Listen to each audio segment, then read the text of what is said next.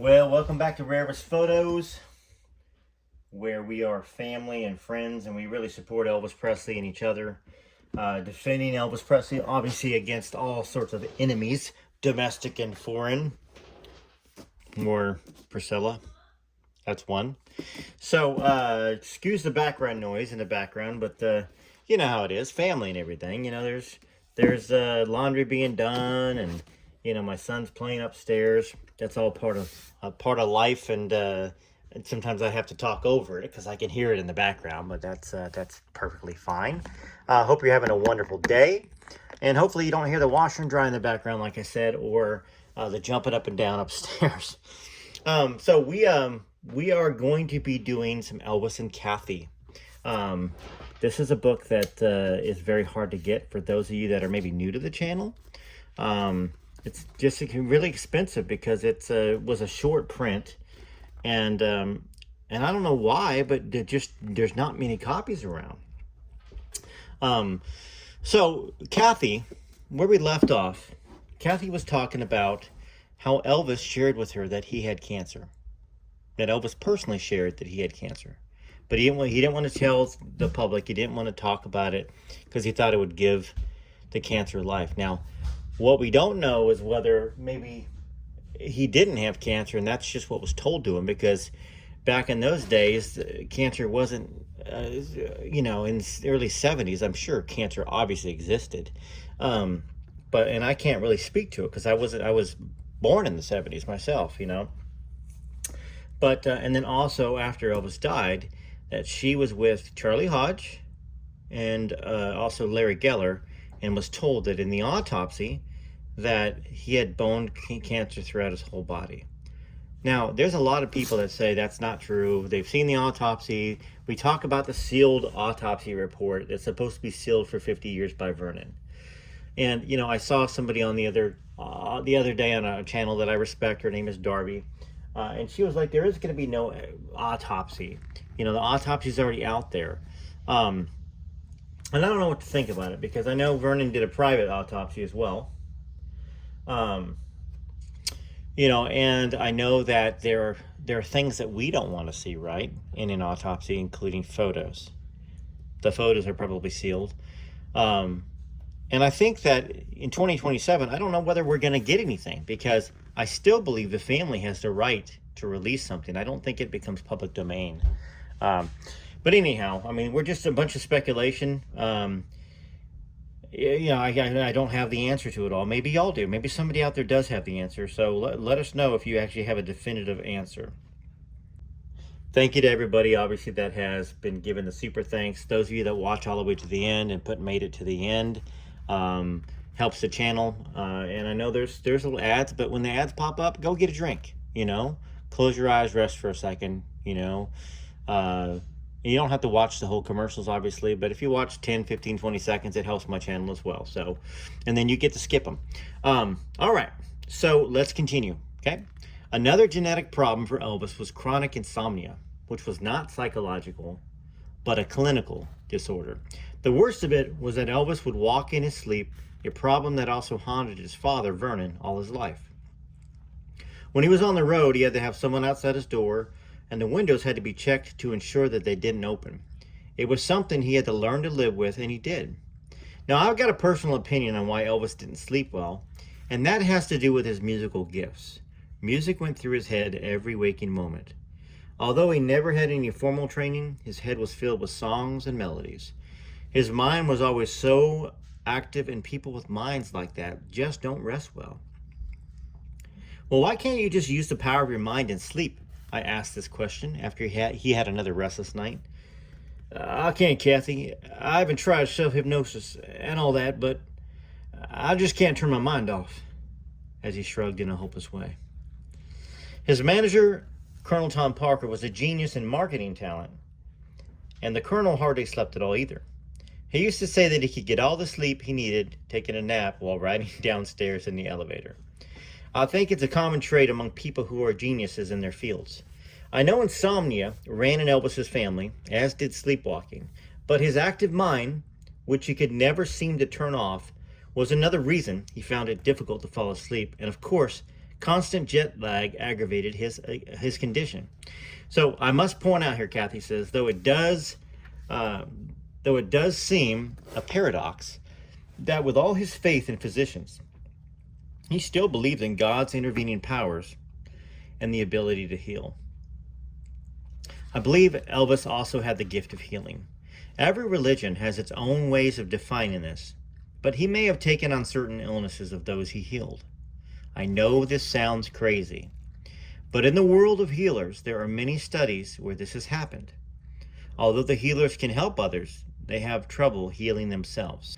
From the time he was a child, Elvis suffered with pernicious anemia, which I understand his mother, uncle, and grandfather had, and was commonplace in his family tree. Pernicious anemia is a cancer-like condition of the liver.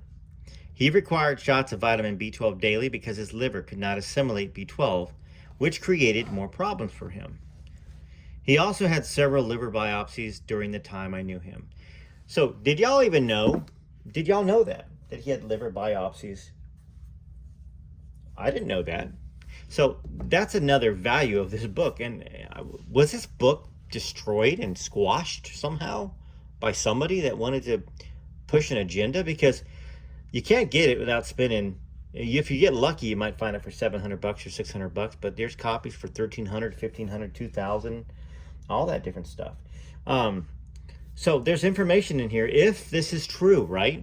I mean, we are choosing to believe Kathy. Kathy was with him for 7 years. Nobody ever talks bad about Kathy that I know of. So, shots of vitamin B12 daily, because his liver could not assimilate B12, which created more problems for him. He also had several liver biopsies during the time I knew him.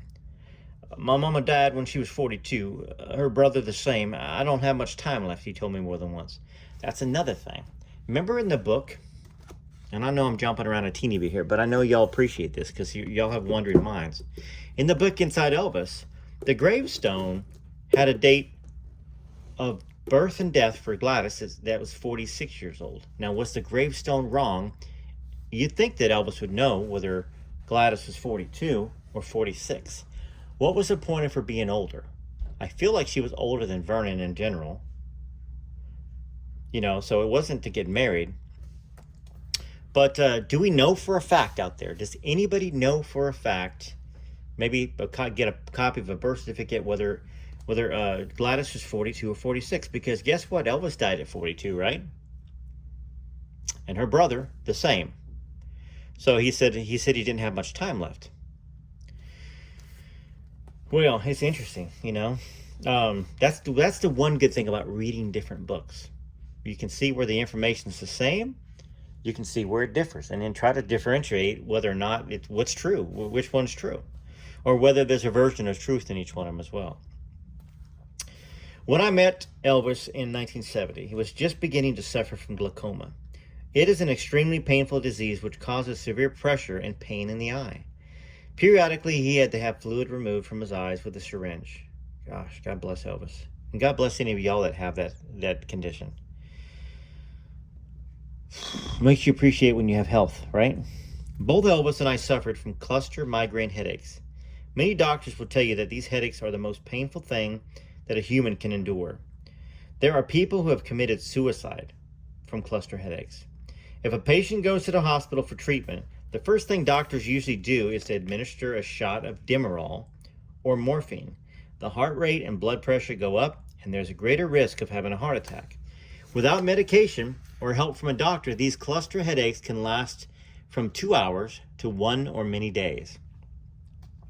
As a victim myself, I can really relate to how he suffered. It is the kind of pain where you wish for death just to get relief.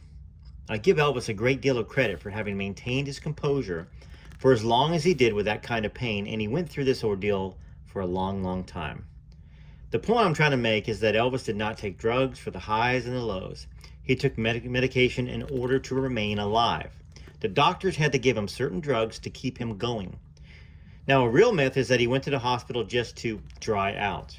He went to the hospital, but it was for the purpose of adjusting medications to control certain ones and to replace others.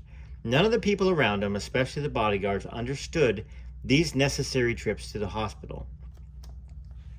I read in one book where Elvis was so out of control that he had to wear diapers, and if he hadn't been so angry, I would have laughed. If I hadn't been so angry, I would have laughed myself to death. Elvis never wore a diaper, not even once. What happened was not unheard of on the road. Bad eating habits, no sleep, and constantly moving around does cause constipation at times.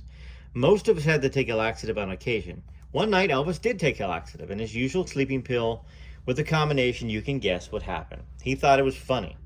The next morning, in his usual forthright and humorous way, he told the story on himself, and everybody laughed. And of course, the story made the rounds. "I guess Elvis will just have to start wearing a diaper," said one wit, and everyone had a big laugh over that. But somehow, like many stories, the accident was exaggerated in the retelling until it blew up all out of proportion, and before long, everyone was saying that Elvis had to wear a diaper because he had lost control over himself. See, who needs friends? Who needs enemies with friends like that around you? Obviously, it leaked out from one of those. I wanted to say a cuss word. Starts with B and it has an ASTARDS in it.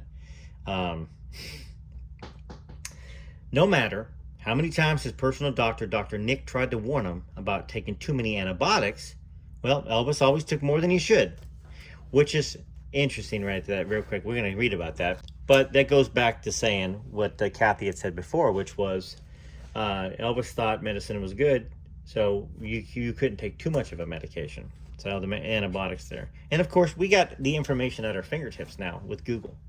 You could figure out anything just about. You didn't have that back then. You had books and all this other stuff, and you still just had a lot of unknowns. So several times, okay, so as I mentioned, he could not get it through his head that too many antibiotics could be harmful. Several times his overdosing on antibiotics caused a yeast infection, which is a common side effect when too many are consumed. Well, one yeast infection bout caused another story to make the rounds, which is also untrue.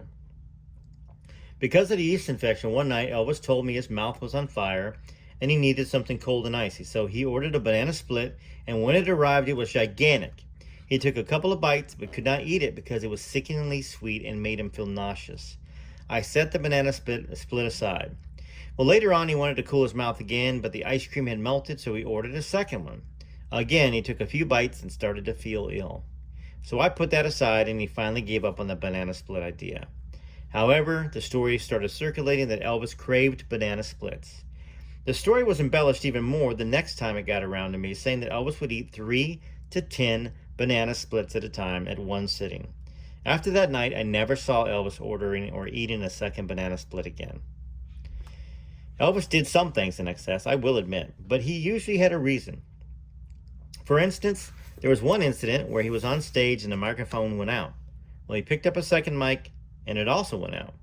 So Elvis grabbed 4 or 5 mics and said, "You can't go wrong with 5 of the bastards." But that was so typical of him. His reasoning was that if he had 5 mics, then one of them is bound to work, and if he just had a pound of bacon, well, a few of the pieces might be just lean enough. Elvis did have a weight problem, but he never was enormously overweight. When he was doing films, he took diet pills and went on crash diets. In later years, he suffered tremendously from a spastic, twisted, and enlarged colon. Aside from the constant discomfort and occasional severe pain this caused him, it was the chief contributing factor to the bloating and swelling in his abdomen. Additionally, this restricted his ability to take a normal deep breath, which weakened him under ordinary circumstances and debilitated him during a performance. Now, the frequent yeast infections from antibiotics together with the cortisone, that's what we talked about, the swelling of the face and swelling of the body, he had to take also contributed to his whole body swelling. The stories that he was flabby fat are misleading. There's a big difference between bloated swelling from his medical condition and flabby fat. When I saw him in the nude, which blows another myth because someone wrote that women never saw Elvis nude, he had skinny arms and legs, but his torso looked like he had swallowed a watermelon. His hands were also swollen, but that was water retention. One author, with nothing else to write about, I guess, said that Elvis bit his nails down to the quick. I never once saw Elvis bite his nails. In fact, I used to marvel at how manicured and beautiful his hands were. Before the swelling took place, his hands were long and his fingers were slender and tapered perfectly. Maybe there was a period of time when he bit his nails, but not in the 7 years that I knew him. Another imaginative writer said that Elvis wore those wonderful jeweled belts to hide his fat stomach. Wrong again. Elvis started wearing those kind of belts when he was thin as a snake and opened in Vegas in '69. I might add that wearing an eye-catching belt would draw attention to a fat stomach, not hide it. Poor Elvis. I mean, once again, we don't have to deal with all of the crazy negative people that are just, I mean, they would write negative stuff about Elvis and find stuff because negativity sells, I mean, it's one thing if it's something truthful, but this kind of stuff, I mean, he had to deal with that all the time, and it had to be very hurtful to him. It probably hurt his feelings that the same people that loved him or he thought loved him, the media, were turning on him. So, let's see here. So I've also heard it said that Elvis never lifted a finger to do anything for himself and never made his own phone calls. Many times Elvis would, in fact, have one of the guys dial the phone first and make initial contact with the party on the other end. This was not posturizing nor laziness on his part. Often there would be a long distance or hotel switchboard operator, and whenever they got Elvis on the line, they would want to talk and talk. Elvis loved them, and to be polite, he'd usually stay right on the line, talking as long as they wished. But if he were tired or in a hurry, he'd have someone get through the preliminaries on the phone. Most of the time when he called me, he would dial it himself. And he probably did that for all the important people in his life. Kathy, if he called Linda, calling Lisa, and Margaret, and perhaps, we're not there in the book yet, but perhaps Lucy. Now, early in the day, he called a few times. Anyway, so one sleazy magazine said that Elvis was not a clean person, that he ran around without bathing and was unkempt. Let me tell you how stupid that is. Elvis was immaculate. He smelled like Neutrogena every moment. He took daily showers or baths, sometimes twice a day. He took good care of his appearance right down to his toenails and was very conscious of cleanliness. However, after 2 hours under hot lights and moving around every movement and perspiring all the time, well, we all smelled like we had just come off the basketball court after a grueling game. Elvis always showered after a show, and so did I. I keep wondering where in the world the writers get these stories. Why don't they check their facts, and who starts these ugly lies anyways? That is a very good place to stop. I didn't leave y'all on a cliffhanger this time. I know y'all have lovingly and jokingly accused me of leaving on cliffhangers, and I've done it a few times on purpose. I'll admit it. But part of that because I like to leave myself on a cliffhanger as well. So we learned a lot of things in that book, and we got to hear more stories of Elvis, and more conversations they had, and got to hear that he took immaculate care of himself, and he smelled like Neutrogena. Gonna make y'all run out and get some Neutrogena. I know that. I think they still sell it. I'm almost positive they still sell Neutrogena. But the swelling, the cortisone stuff. I mean, all the liver issues, the biopsies. Once again, he went through a lot, and it's not that he went through a lot and sat home and didn't do anything. I mean, he was on the road singing. I mean, all the touring stuff, the grueling stuff, the meeting with people after shows, before shows. I mean, what humans, just the strength that he had to show, like she said, I forgot exactly what she said, his, just inner strength, I guess, is a good way to get through it and not complain about it, in a sense, that he did it for his fans and for his family and for all the people that were employed, that he had to keep working.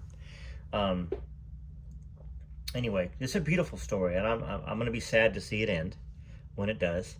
But we do have a lot of other books, From Here to the Great Unknown, this beautiful book, Are You Lonesome Tonight, that really puts Elvis in a phenomenal light. Child Bride, of course, I'm hearing more about Priscilla and, all the stuff that's going to come up in that soon. Inside Elvis, Ed Parker. And then, of course, the funny stories from Army Days with Elvis. So, hopefully you made it to the end. Let me know if you did. And if y'all can share it around the Facebook groups like I see you do. And I need to screenshot some of those and give you shout outs because I know you watch this channel, and you may comment, you may not, but you share the videos in a lot of forums, and I see you doing that. So I appreciate it. Sometimes I respond to those on Facebook or give it a like. But I appreciate you, and I appreciate the love of Elvis. I'll leave you with a song or two while you do your comments. Listen to them; they're free right now. Eventually, I'll have them up for download. Um, like I said, I just got 6 more, which I can't share them yet, but I will soon. One for Lucy and Desiree for this book. I especially wrote a song about the story, and some other cool ones too.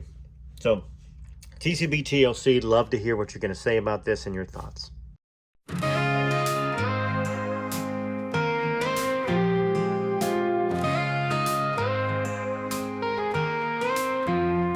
There's one king above all, a light that never fades, a name that we call in every prayer we say. Through every storm we face, he stands tall and true, lifts us up with his grace, it shows what love can do. There's only one king, that's Jesus. Only one king that guides and frees us. Every eye closed and every hand raised. There's only one king, that's Jesus. Set Elvis up on stage.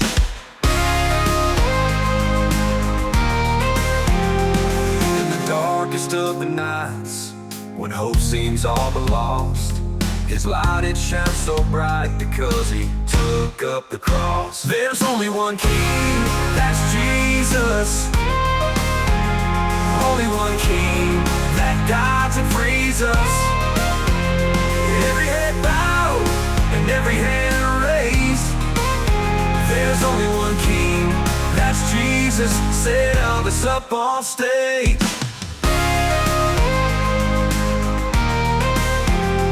In the darkest of the nights, when hope seems all but lost, his light it shines so bright because he took up the cross. There's only one king, that's Jesus. Only one king that guides and frees us. Every head bowed and every hand raised. There's only one king, that's Jesus. Set Elvis up on stage.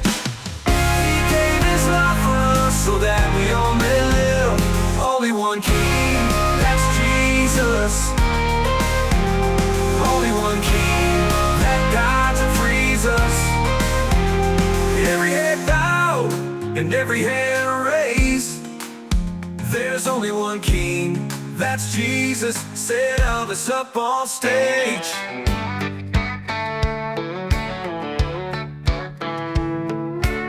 The king in his blue suede shoes stepped through the White House doors. The country was going down the tubes, Elvis couldn't be ignored. Nixon at his desk all stern, wondering what the king might say. He didn't like the Memphis Flash until meeting him that day. The king and the president, rock and roll and politics. Let's make a change, let's take a stand. Nixon then shook his hand. Nobody saw those two a-mixing, Elvis and Nixon.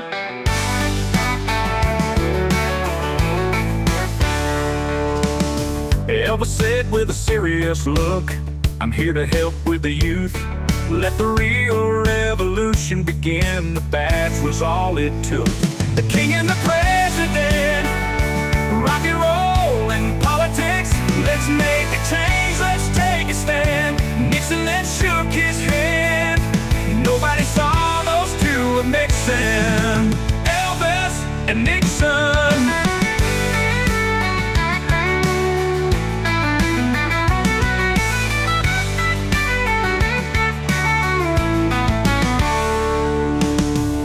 Nixon a 45, he brought him as a gift. The president knew this was a day he never would forget. The king and the president, rock and roll and politics. Let's make a change, let's take a stand. Nixon then shook his hand. Nobody saw those two a-mixing, Elvis and Nixon.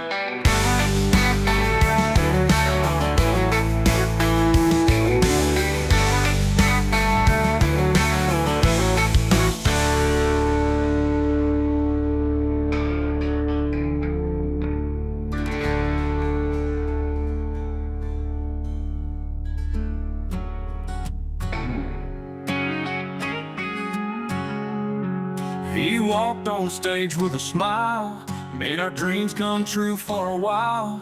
Guitar in hand, moving wild, every scream made him feel alive.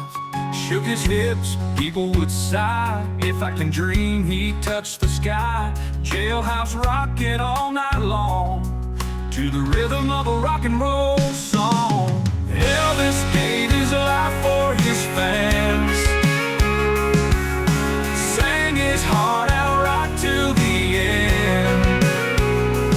Every note he gave a piece of his soul, because rock and roll made him whole. Here's where music ended and began. Elvis gave his life for his fans.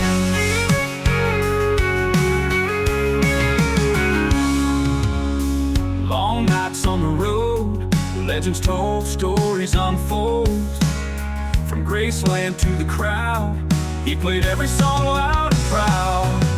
Elvis gave his life for his fans, sang his heart out right till the end. Every note he gave a piece of his soul, because rock and roll made him whole. Here's where music ended and began. Elvis gave his life for his fans.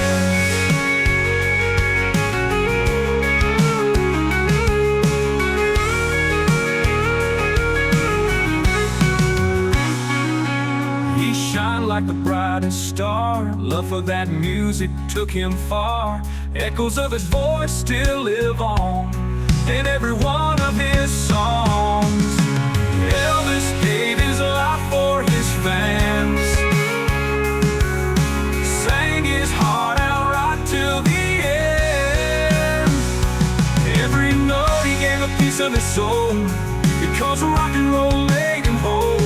Here's where music ended and began. Elvis gave his life for his fans. Here's where all music ended and began. Elvis gave his life for his fans.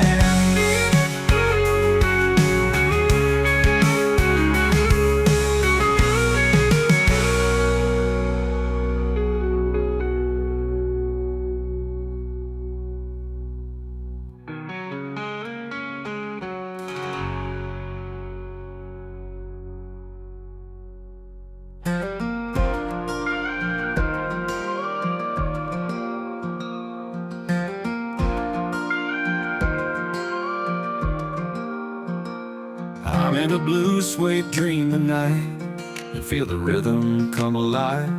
My heart beats to every Elvis song. On my turntable I turn on. Hound dog echoes in my veins, jailhouse rocking through the years.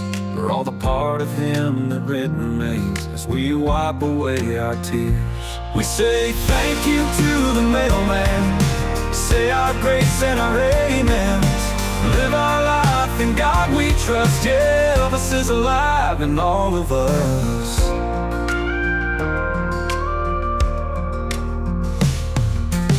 Feel the tremor in the night, guitar strings start to hum. And the stars up there so big and bright, as Elvis starts to strum.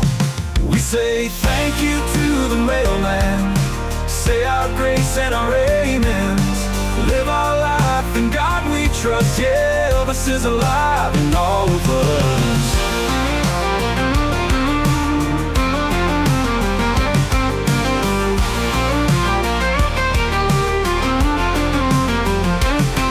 First a blue moon in the sky, can't help falling but don't wonder why.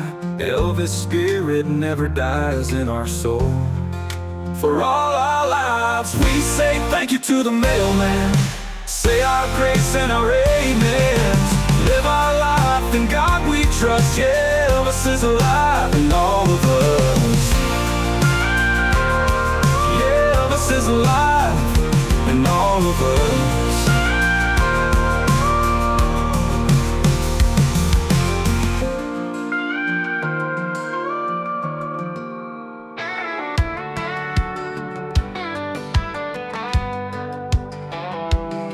He was born in a shack in Tupelo. A healthy boy, but he lost his baby bro. He grew up poor, the dirt poor life. The only thing he had was a guitar and a bike. That was Elvis, born in 35, that was Elvis. The coolest cat alive, from don't be cruel to all shook up, suspicious minds to burn in love. That was Elvis.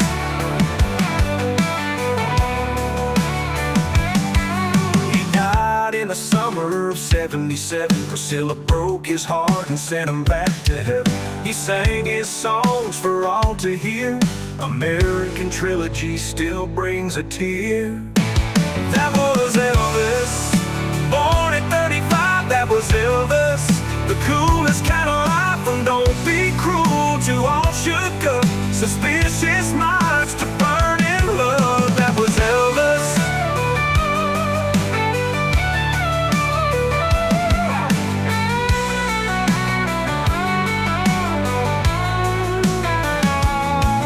He left us a gift in Lisa Marie, but now she's singing with Elvis in heaven's jubilee. That was Elvis, born in 35, that was Elvis. The coolest cat alive, from don't be cruel to all shook up, suspicious minds to burn in love. That was Elvis, from that's alright to all shook up, suspicious minds to burn in love. That was Elvis, Elvis, Elvis. That was Elvis, Elvis.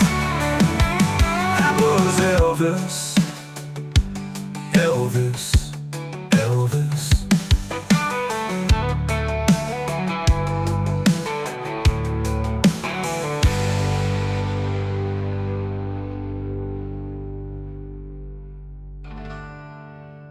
Stick around. We have some more book reading tonight. We're going to be reading some From Here to the Great Unknown, some Are You Lonesome Tonight, and if I can get it in, it is election night, some of my Army Days with Elvis. They might not be the longest reads, but I will get to them for y'all.